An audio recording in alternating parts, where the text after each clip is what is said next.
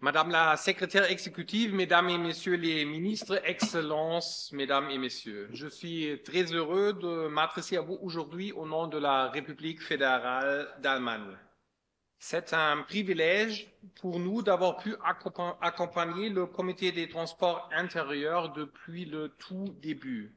En effet, où en serait-il le secteur des transports dans le monde d'aujourd'hui, 75 ans plus tard, sans l'excellent travail d'harmonisation internationale de ce comité? Qu'est-ce que ceci signifie concrètement? Notre coopération permet d'améliorer la vie quotidienne d'un très grand nombre de personnes et ensemble, nous sommes en mesure de mettre en œuvre des innovations de manière sûre, rapide et fiable. Ce comité est une plateforme unique des Nations Unies qui connaît un rayonnement international. L'attractivité et la qualité des accords de la Commission économique des Nations Unies pour l'Europe, CE-ONU, dans le domaine des transports permettent de convaincre un nombre croissant d'États membres des Nations Unies. Aujourd'hui, environ 150 des 193 membres des Nations Unies sont partis à au moins un accord. Quel est l'impact du comité des transports intérieurs? Ce travail a d'énormes progrès pour la sécurité des transports, le développement durable, la fluidité des transports et la mobilité et aussi la convivialité. Le comité relève les défis de notre époque et l'Allemagne maintiendra son engagement fort. C'est surtout en temps de crise sanitaire que se révèle l'importance de l'existence de règles harmonisées. Les innovations techniques permettent de renforcer les chaînes d'approvisionnement. Elles ont besoin de règles communes. Prenons comme exemple la lettre de voiture électronique. Ça permet de réduire les frais, le papier et les formalités administratives. Ça renforce la sécurité et la fiabilité.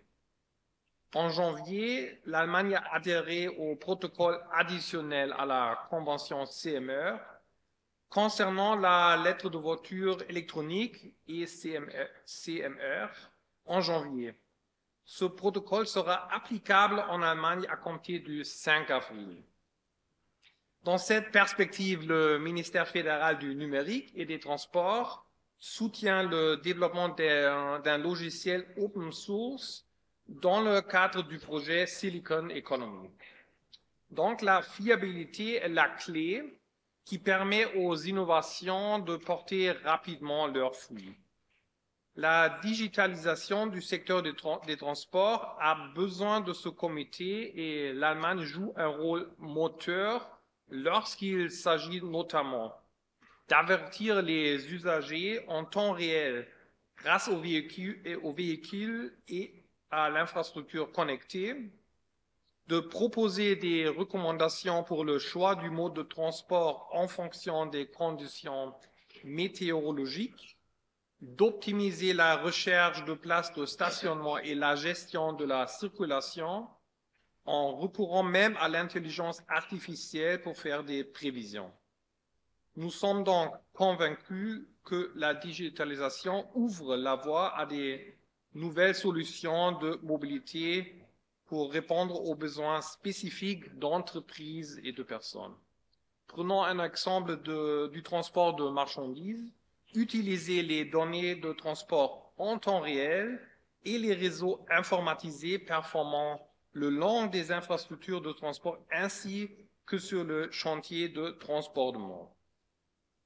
Pour rendre les opérations logistiques plus efficaces et plus durables, économiser des ressources et de l'énergie, il faut intégrer les chaînes de mobilité.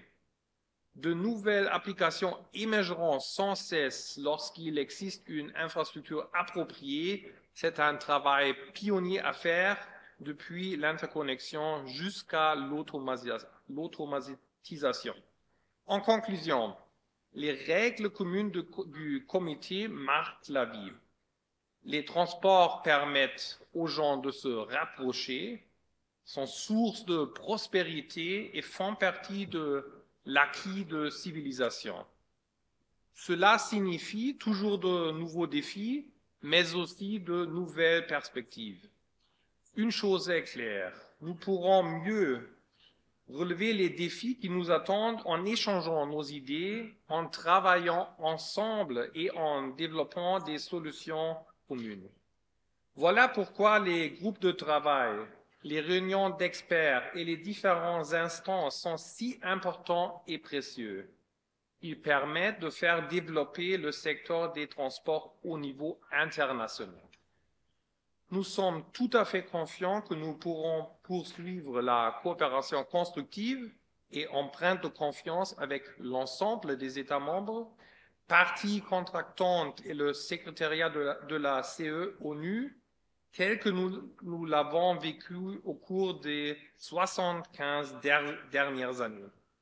Dans cet esprit, je tiens, au nom du gouvernement fédéral allemand, à remercier encore une fois tous ceux et celles qui ont contribué à la réussite du comité des transports intérieurs.